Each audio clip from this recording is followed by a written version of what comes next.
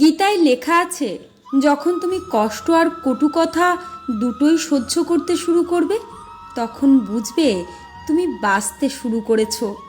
যদি ভগবান আপনাকে অনেক বেশি অপেক্ষা করাচ্ছেন, তাহলে প্রস্তুত থাকুন।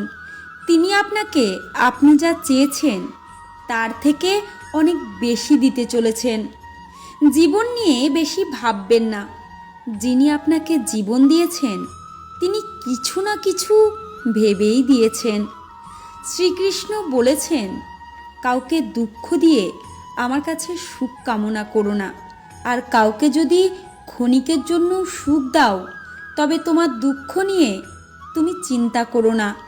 মৃত ব্যক্তিকে কাঁদ দেওয়াকে মানুষ যেমন পূর্ণ বলে মনে করে, তেমনি জীবিত মানুষের পাশে থাকাকে কেউ পূর্ণ ভাবতে শুরু করলে জীবন সহজ হয়ে যাবে।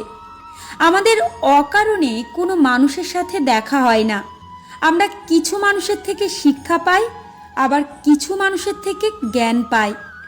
কে কি করছে, কিভাবে করছে এবং কেন করছে, তা থেকে যতই দূরে থাকবেন ততই সুখী থাকবেন। আপনি হাসতে থাকলে পৃথিবী আপনার সাথে থাকবে, নইলে চোখের জল তো চোখেই ঠাঁই পায় না।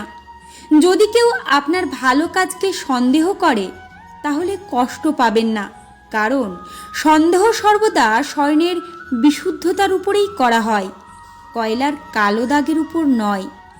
মনের শান্তি জীবনের সবচেয়ে বড় উপার্জন। উপদেশ, সঙ্গ এবং সময় কাউকে না চাইতে দিলে লোকেরা প্রায় সেগুলোকে সস্তা বলে ভাবতে শুরু করে। একজন মানুষ সে যত শান্ত, সে তত গভীরভাবে বুদ্ধিমত্তা ব্যবহার করতে পারবেন। যেমন পাতা না ঝরলে গাছে নতুন পাতা আসে না, তেমনি কষ্ট ও সংগ্রাম ছাড়া ভালো দিনও আসে না। যে ব্যক্তি অল্পতেই খুশি, তার কাছে সবচেয়ে বেশি খুশি আসে। যতক্ষণ আপনি ভয় পাবেন, ততক্ষণ আপনার জীবনের সব সিদ্ধান্ত লোকেরাই নিয়ে নেবে। যারা আপনাকে সময় দেয়, তাদের প্রতি সর্বদা অনুগত ও ঋণী থাকবেন।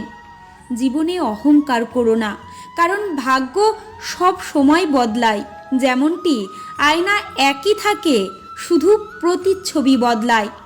শান্তিপ্রিয় মানুষ সুখে তাদের জীবনযাপন করে। তাদের উপর জয় বা পরাজয়ের কোনো প্রভাব পড়ে না। শ্রীকৃষ্ণ বলেছেন, নরকের ভয় ছেড়ে দিন। কে জানে কোনটা পাপ, কোনটা পুণ্য। শুধু দেখুন নিজের স্বার্থ পূরণের জন্য যেন আপনার দ্বারা কেউ দুঃখ না পায়। বাকি সব প্রকৃতির উপর ছেড়ে দিন। না অর্থ বড়, না যোগ্যতা বড়। যে খারাপ সময়ে পাশে থাকে, সেই সব থেকে বড়। কেউ যদি আপনাকে নিজের স্বার্থ পূরণের জন্য মনে করেন, তাহলে তাকে স্বার্থপর ভাববেন না, কারণ আপনি তার জীবনের সেই উজ্জ্বল আলো যা সে অন্ধকারে দেখতে পায়। সবাইকে নিজের গোপন কথা বলবেন না, কারণ আজ যে আপনার সাথে আছে, কাল সে আপনার বিপরীতেও যেতে পারে। হরে কৃষ্ণ।